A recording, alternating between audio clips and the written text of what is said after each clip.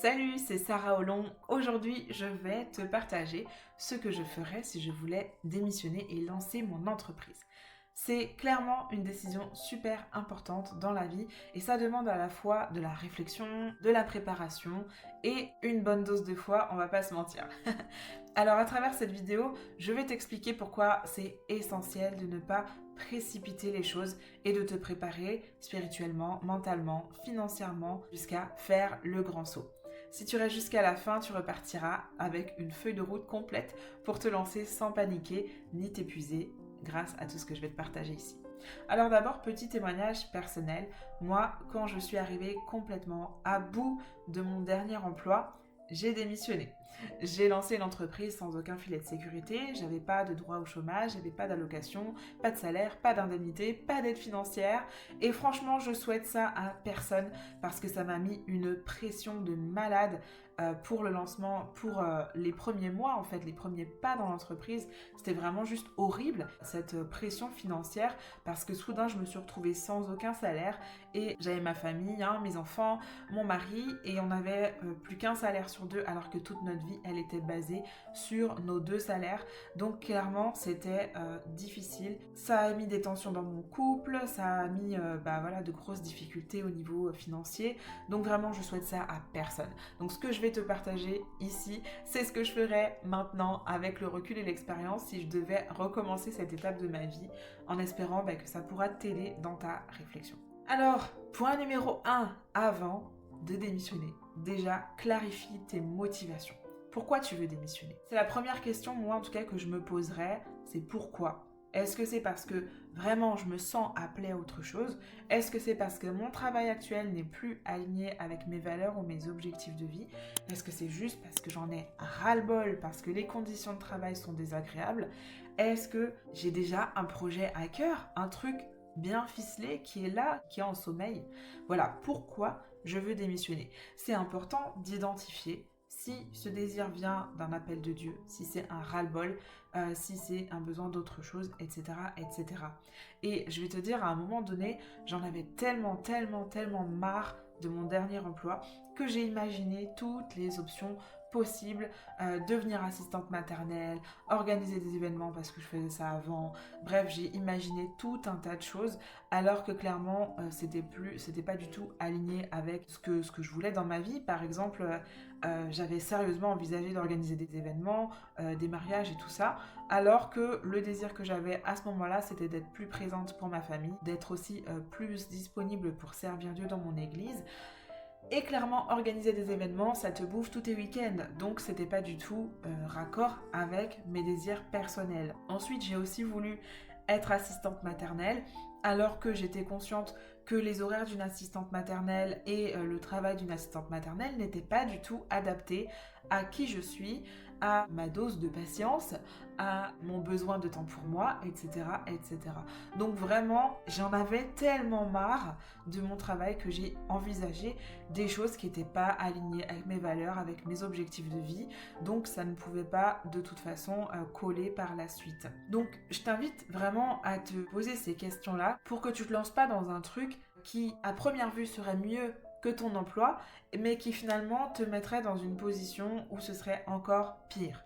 Donc voilà, fais-le vraiment en étant conscient de ce que tu veux. Est-ce que c'est parce que tu as envie de développer une passion que tu as sous le coude? Est-ce que tu as envisagé d'autres emplois? Est-ce que tu as envie vraiment de vivre à 100% d'un business, etc., etc. Tourne-toi vers Dieu, évidemment. Tourne-toi vers Dieu.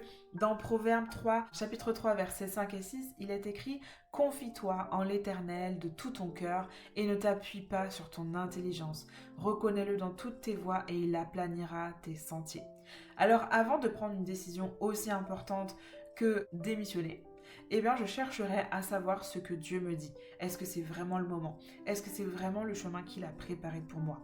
Peut-être que le chemin qu'il a préparé pour toi, c'est effectivement de sortir de cet emploi, mais est-ce que la démission, c'est le bon chemin? Précisément, parce qu'il existe plein d'autres façons de quitter un emploi. Peut-être que c'est une disponibilité, voilà, un moment de pause qui te permet de tester quelque chose sans pour autant lâcher complètement ta sécurité d'emploi. Peut-être que c'est la rupture conventionnelle qui va te permettre d'avoir des indemnités, etc. Peut-être que tu ne le sais pas encore, mais que ta boîte prévoit de te licencier, auquel cas tu aurais encore plus d'indemnités, potentiellement, selon le cadre, etc. Bref, il y a plein d'options, en sachant qu'en France, je ne sais pas du tout comment ça se passe au Canada, en Suisse, en Afrique, peu importe où tu es, en Belgique, etc. Je ne sais pas, mais en France en tout cas, si tu te démissionnes, tu n'as pas d'indemnité, chômage et tout. Et même les aides qui viennent de France Travail, qui aident les créateurs d'entreprises ou les repreneurs d'entreprises, etc., elles peuvent aussi être conditionnées à la façon dont tu as quitté ton emploi. Et moi, personnellement, j'avais démissionné, donc j'avais droit à rien, j'avais pas d'aide à la création d'entreprise, j'avais rien, que dalle, que dalle, que dalle. Donc voilà, vraiment pose-toi les bonnes questions avant de démissionner. Et prépare-toi à affronter tes peurs. Dans tout ça, tu vas avoir plein de peurs qui vont remonter. Je sais maintenant, de sources sûres et d'expérience, qu'en lançant une entreprise, le plus grand obstacle qu'on rencontre, c'est nous-mêmes. C'est pas le marché, c'est pas la concurrence. Il y a plein de gens qui disent que oui, quand on démarre une entreprise, il faut 3 ans avant que ça prenne, qu'on soit connu, etc. Moi, je crois, intimement, je crois que c'est pas vrai, c'est pas du tout à cause de ça, à cause de se faire connaître et tout, c'est juste que pendant ces 3 premières années, tu t'en prends plein la tronche de tes peurs, de tes croyances limitantes, de tes blessures, de plein de choses qui remontent à la surface et qui n'étaient pas là quand tu étais salarié, parce que clairement tu ne vis pas les mêmes choses. Ton salaire ne dépend pas du travail que tu fournis. Et bref, je vais pas les énoncer ici, mais il se passe plein de choses quand tu bosses à ton compte. Clairement, c'est difficile avec soi-même. Donc prépare-toi aussi à ça. Et c'est pour ça même que j'encourage pas à la démission tout de suite, à quitter son emploi tout de suite, parce que justement, toutes ces phases-là qu'on a besoin de vivre avant de pouvoir être super au top dans son entreprise, c'est mieux quand même de les vivre quand on a cette stabilité d'avoir un emploi, d'avoir un salaire, etc. Si tu n'en peux plus de ton taf, soit tu prends sur toi pendant un certain temps parce que tu sais qu'au bout, tu as un objectif avec ton entreprise, soit tu trouves un autre taf, je sais pas, ou tu te mets en arrêt, je sais pas. Bref, il y a plein d'options qui sont possibles. On va le développer là maintenant dans cette deuxième partie qui est développer l'entreprise avant de démissionner. En tout cas, si je devais recommencer maintenant, c'est clairement ce que je ferais. Et d'ailleurs, petit aveu, mais vous lui direz pas, c'est ce que mon mari voulait que je fasse, mais j'étais trop entêtée pour admettre qu'il avait raison. Dans ce développement d'entreprise que je ferai avant de démissionner, bien sûr, on commencera toujours par chercher la confirmation de Dieu. Pour moi, ça, c'est un point essentiel. M'assurer que c'est le bon moment selon Dieu. Je pense que je ne l'ai pas assez fait. Moi, à l'époque, quand j'ai démarré, quand j'ai commencé à mon compte, je ne l'ai pas assez fait. Mais vraiment s'assurer que c'est le bon moment selon Dieu, que c'est la bonne chose à faire selon Dieu, que je suis dans la bonne voie, dans le bon domaine de business, etc. Je passerai vraiment du temps dans la prière et dans la parole. Et Jérémie 29:11 dit « Car je connais les projets que j'ai formés sur vous, dit l'Éternel, des projets de paix et non de malheur, afin de vous donner un avenir et de l'espérance. » Donc si c'est son plan, il ouvrira les portes au bon moment, c'est sûr, mais un avenir et de l'espérance. Tu vois ce que je veux dire? J'insiste sur ça, un avenir et de l'espérance. Parce que des fois, on le fait... On a envie de lancer un business parce qu'on fuit quelque chose, mais clairement, il n'y a pas d'avenir et pas d'espérance dans ce qu'on est en train de monter. Mais si le projet vibre en toi et que tu sens que dans ce projet, il y a un avenir et de l'espérance, alors tu es peut-être un peu plus dans la bonne voie. Mais en tout cas, prends du temps avec Dieu parce que lui, il va te donner cette paix, il va te donner des convictions, il va t'alerter, il va te faire sentir que, ok, c'est ça, c'est pas ça, là, attention, tu marches un peu sur des œufs, etc. Maintenant, c'est sûr qu'il faut apprendre à bien distinguer quelles sont tes pensées et quelles sont les pensées qui viennent de Dieu, mais ce sera le sujet d'une autre vidéo. Donc, dans ce temps de développement d'entreprise avant de démissionner, je construirai une base solide et sans pression. Clairement, si je voulais lancer mon entreprise, là, je commencerais par la développer avant de quitter mon emploi.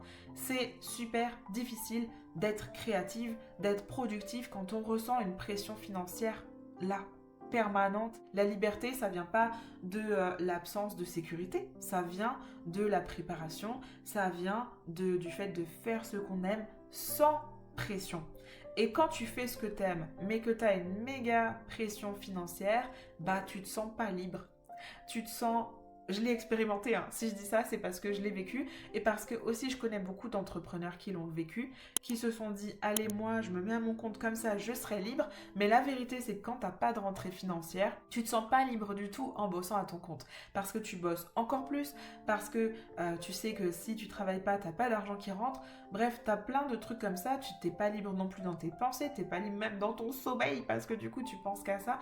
Donc non, la liberté elle ne vient clairement pas de l'absence de sécurité. Donc je t'encourage à prendre le temps de bâtir une base solide dans ton entreprise sans cette pression du salaire qui rentre pas en fait parce que tu n'as plus d'emploi. Donc l'idée que j'ai envie de te proposer, c'est de dédier du temps après le travail par exemple pour poser les bases de ton projet, pour commencer à faire les premières actions, etc. Par exemple, tu peux te dire que, allez, 1 heure par jour le soir, ou quand tu rentres chez toi, ou le matin, ou le week-end, tu te mets dessus et puis tu avances tranquillement, sans pression, tu t'avances avec aussi toutes tes pensées qui vont batailler contre toi. Et donc tu prends le temps tranquillement, s'il faut tu te fais accompagner, mais bref, tu y vas à ton rythme et sereinement. Ensuite, je validerai mon idée pour tester, je testerai mon offre en fait. Est-ce que mon idée d'entreprise, elle répond à un besoin concret? Avant de démissionner, en fait, je m'assurerai qu'il y a un marché pour ce que je veux proposer et que c'est un bon marché. Je te donne un exemple tout bête. J'ai eu un business au début qui voulait aider les mamans à se retrouver elles en tant que femmes, etc. Mais je voulais aider les mamans en détresse, qui s'étaient complètement oubliées, qui ne dépensaient plus d'argent pour elles, qui se faisaient passer en dernier, voilà, qui n'avaient pas d'argent peut-être, probablement. Et donc je me suis retrouvée avec potentiellement une très grosse cible, sauf que la réalité c'est que ma cible, elle n'était pas prête à prendre du temps pour elle, à investir sur elle, et que clairement en fait ce que je lui proposais c'était la dernière chose qu'elle allait faire, dans laquelle elle allait investir et du temps et de l'argent et de l'énergie. Donc mauvaise idée. Mais ça, je l'ai su qu'au bout d'1 an et demi à galérer. Voilà, donc je t'encourage à faire ça avant, ou en tout cas à le faire pendant que tu as encore ton salaire en tant que salarié. Sinon, en fait, tu développes avec cette pression qu'il n'y a pas d'argent qui rentre. Et c'est encore plus dur parce que finalement, moi, ce que je remettais tout le temps en question, c'était la qualité de mon travail, la qualité de ce que je voulais proposer. Alors que je suis convaincue, et les 4 ou 5 personnes qui l'ont fait, mon accompagnement, pourront le dire que c'était un accompagnement de qualité. Et je sais que c'était un accompagnement de qualité, sauf que la vérité, comme j'avais pas de cliente, je me disais tout le temps que mon travail il était pourri, que c'était pas suffisant. Donc voilà, je veux pas que tu vives ça, vraiment. Donc ça peut passer par des tests simples en fait, cette étape de valider ton idée, tester ton offre, etc. Ça peut être créer un produit ou un service qui soit un minimum viable, ça peut être de parler avec ta cible, ça peut être d'avoir des retours, de proposer ton produit à des personnes autour de toi, de leur demander ce qu'elles en pensent, etc. Et en fait progressivement, tu vas réussir à voir, ok, ça finalement ça plaît pas trop, c'est pas la peine que je mette mon énergie dans ça. Ça par contre c'est top. Cette personne-là par contre c'est le genre de personne avec qui j'ai pas du tout envie de travailler. Voilà, et tu vois progressivement, tu arrives à faire le ménage, le nettoyage dans tout ça. Alors oui, tout ça, on arrive aussi à le faire même quand on a quitté déjà son emploi et qu'on est 100% à son compte, sauf que ça prend du temps. Et que pendant tout ce temps-là, c'est des moments où l'argent ne rentre pas suffisamment et où ça met grave la pression. Et oui, je parle beaucoup d'argent parce qu'on va pas se mentir, c'est quand même le nerf de la guerre. Et c'est le nerf de la guerre dans les foyers et dans la vie. Donc, je t'encourage à ne pas vivre cette situation compliquée. Alors, je créerai aussi une communauté en ligne. C'est important, essentiel, la visibilité en ligne, aujourd'hui, elle est essentielle. Donc avant même de quitter mon emploi, je travaillerai sur ma présence en ligne. Ça peut être Instagram par exemple, parce que pour moi, c'est un outil incroyable pour montrer son expertise, pour partager sa vision, pour commencer à attirer ses premiers clients. D'ailleurs, si ça t'intéresse, tu peux toujours récupérer ma masterclass gratuite qui t'apprend à vendre avec un compte Instagram authentique. Mais si tu n'en es pas encore là ou si tu n'aimes pas du tout Instagram, tu peux aussi utiliser d'autres plateformes. YouTube, c'est une super plateforme, un super moteur de recherche. Il y a énormément de choses à creuser avec YouTube, donc ça c'est top. Mais tu as aussi le blog qui, oui, existe encore en 2025 et c'est possible de créer une communauté par ce biais-là, même si c'est plus difficile qu'il y a 10 ans. Tu as d'autres réseaux sociaux, évidemment. Donc à toi de trouver quelle est la plateforme qui te fera te sentir bien. Tu as aussi la possibilité de le faire en présentiel, mais peut-être que c'est plus compliqué à mettre sur pied selon ta cible, selon le temps dont tu disposes, etc. Mais c'est aussi faisable.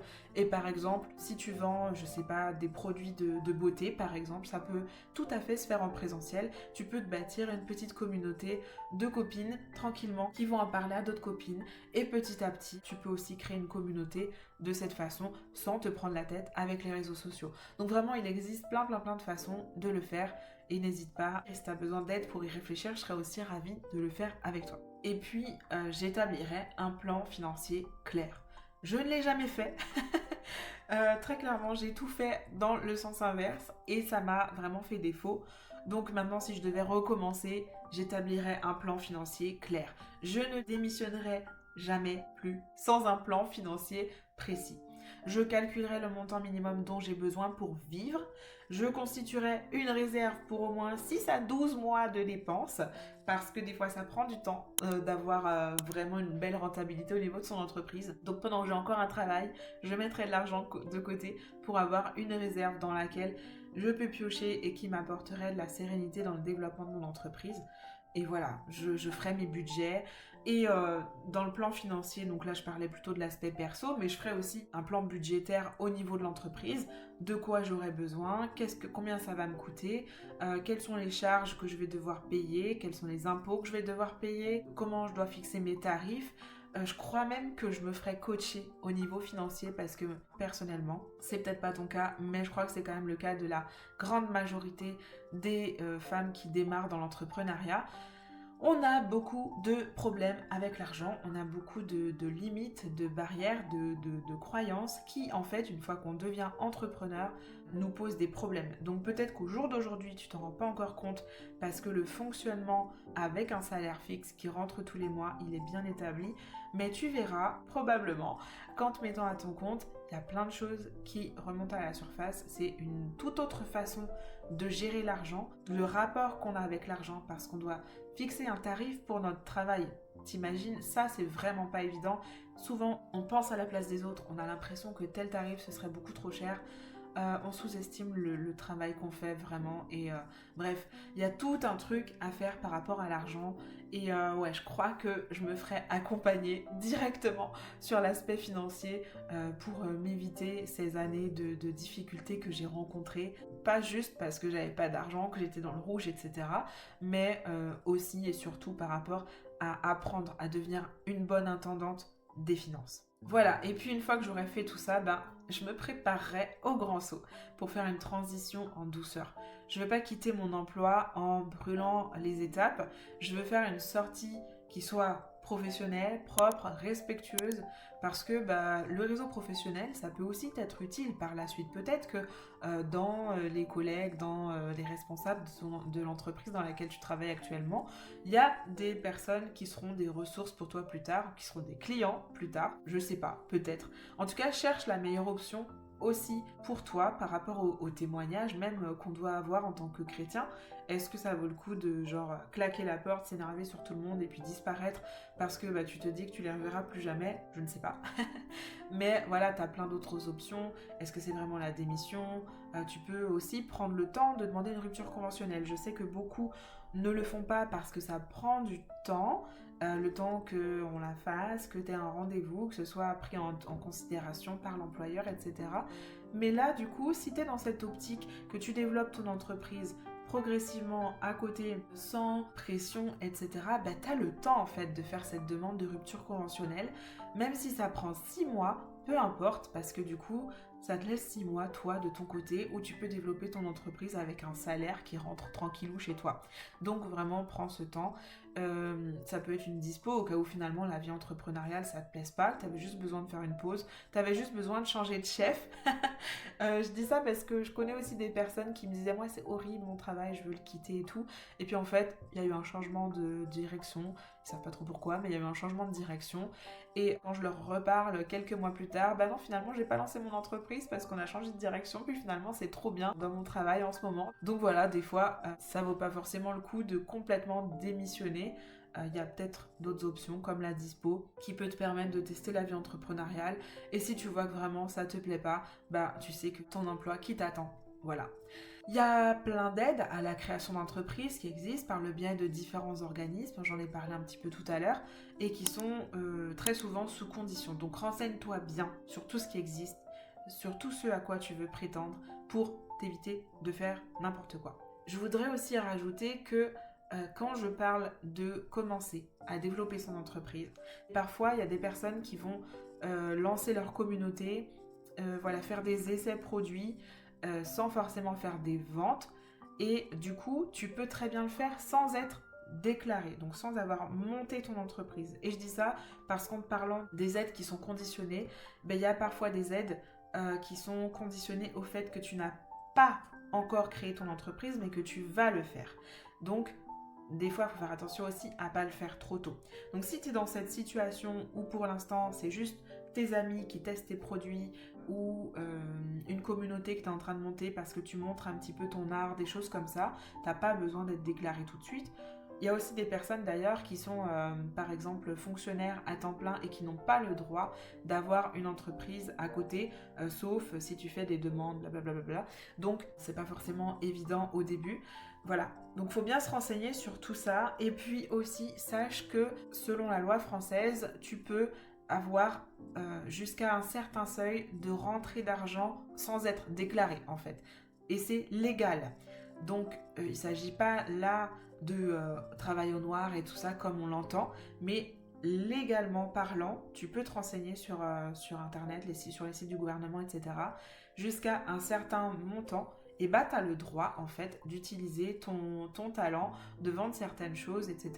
Mais ça ne doit pas dépasser un certain seuil évidemment, parce que sinon ce serait trop beau, tout le monde ferait ça, on ne paierait pas d'impôts, on ne paierait rien, et voilà, ce serait génial. Mais c'est pas comme ça que ça marche. Mais on est d'accord que tant que tu es dans ce temps de test, tu as tout à fait le droit de le faire, mais vérifie bien les règles sur le site du gouvernement. Voilà, donc je reviens sur ce que je disais, et puis à ce moment-là, je me préparais aussi à garder les pieds sur terre et dans la prière. Lancer une entreprise, c'est un marathon, c'est pas un sprint, donc je continuerai de chercher la volonté de Dieu, la guidance de Dieu dans chaque étape. Je lui confierai mes projets, comme il est dit dans le psaume 127 au verset 1. Si l'Éternel ne bâtit pas la maison, ceux qui la bâtissent travaillent en vain. Et moi, je veux absolument que ce soit l'Éternel qui bâtisse mon entreprise. Je ne veux pas travailler en vain. Je veux que ce soit Dieu qui soit là en tant que bâtisseur, en tant que chef de projet, qui fasse tout. Mais en même temps, on a totalement les pieds sur terre aussi. Il faut voir cette réalité de la vie entrepreneuriale. Voilà, il y a plein de choses à apprendre, plein de choses à expérimenter, à vivre. Les défis après la démission. Je veux quand même en parler. Il y a des défis après la démission. Il y a, par exemple, apprendre à gérer l'incertitude. Parce que même avec une préparation, il y aura des moments de doute. C'est normal. Mais je choisirai de persévérer et je t'encourage à persévérer toi aussi. Je m'appuierai sur mes progrès, même les plus petits. Je célébrerai toutes mes victoires. Quand je dis victoire, je parle de toutes les moindres petites victoires. Je célébrerai. Dans toutes ces incertitudes, il y a aussi le fait de comment je vais être payée. On en a déjà parlé plein de fois, mais ça aussi c'est le genre d'incertitude qu'il faut apprendre à vivre avec, parce qu'au début ça t'ébranle vraiment beaucoup quand même, et c'est pour ça que je t'encourage à y aller progressivement pour ne pas te retrouver soudain trop ébranlé, avoir trop peur et être trop prise de panique, etc. Et puis l'isolement, ça c'est un vrai défi après la démission, donc moi je chercherai à m'entourer d'un réseau d'entrepreneurs ou de mentors chrétiens pour ne pas marcher seul dans ce chemin, un réseau d'entrepreneurs comme ma communauté là que je vis maintenant, que j'expérimente maintenant. Donc si ça t'intéresse, tu peux nous rejoindre, elle est totalement gratuite. Ça s'appelle la communauté. Tu as le lien directement dans la description. Et donc on est des femmes entrepreneurs chrétiennes. Beaucoup sont en démarrage et on est là pour se soutenir, pour y aller une étape après l'autre ensemble, pour prier ensemble pour ces projets, etc. etc. Donc voilà, je t'invite à nous rejoindre. Pour conclure, donc les différentes étapes que je mettrai en place si je voulais démissionner, je clarifierai mon pourquoi, je construirai mon entreprise progressivement tout en gardant mon emploi, je chercherai la confirmation de Dieu, j'aurais même dû le mettre en premier, je m'assurerai d'avoir une sécurité financière et je me préparerai à affronter mes propres peurs. Je veux te rappeler que si ce projet brûle dans ton cœur, c'est qu'il a une raison d'exister. Dieu t'a confié cette idée et avec lui, tout est possible. Et si tu te reconnais dans tout ce que je viens de partager, que tu as ce désir de lancer ton entreprise mais que tu te sens bloqué et que tu ne sais pas par où commencer, j'ai une offre qui pourrait vraiment t'aider. Avec mon ami Florian, on a créé un modèle de business plan qui est prêt à remplir, qui est spécialement conçu pour t'accompagner dans la construction de ton projet, étape par étape.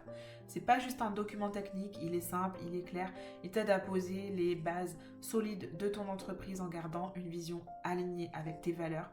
Et pour aller encore plus loin, on t'offre dedans avec le modèle de business plan prêt à remplir, on t'offre la masterclass exclusive que Florian, qui a été comptable pendant longtemps, nous a préparé. C'est créer son business plan avec le Saint-Esprit. Pendant cette session, elle va expliquer clairement comment inclure Dieu dans ce processus, comment chercher sa direction pour ton projet, comment bâtir une entreprise qui reflète ce que tu es appelé à faire. Donc, si tu es prête à avancer, tu trouveras tous les détails en description. Et je suis là pour t'accompagner dans cette aventure extraordinaire. Donc si tu as besoin, n'hésite pas à mettre un commentaire, à rejoindre la communauté et on parlera ensemble de tout ce qui est possible et de quelles sont les premières étapes à poser pour ton projet. Ton rêve, ce projet que tu as mis sur ton cœur, ça mérite de voir le jour et avec Dieu, tu le sais, tout est possible. Sois encouragé et je te dis à la prochaine vidéo. Merci d'avoir regardé cette vidéo. Si elle t'a apporté de la valeur, pense à t'abonner à la chaîne et à activer la petite cloche pour ne manquer aucun contenu. Que Dieu te bénisse abondamment dans ton business, dans tes projets. Je te dis à très bientôt dans la masterclass.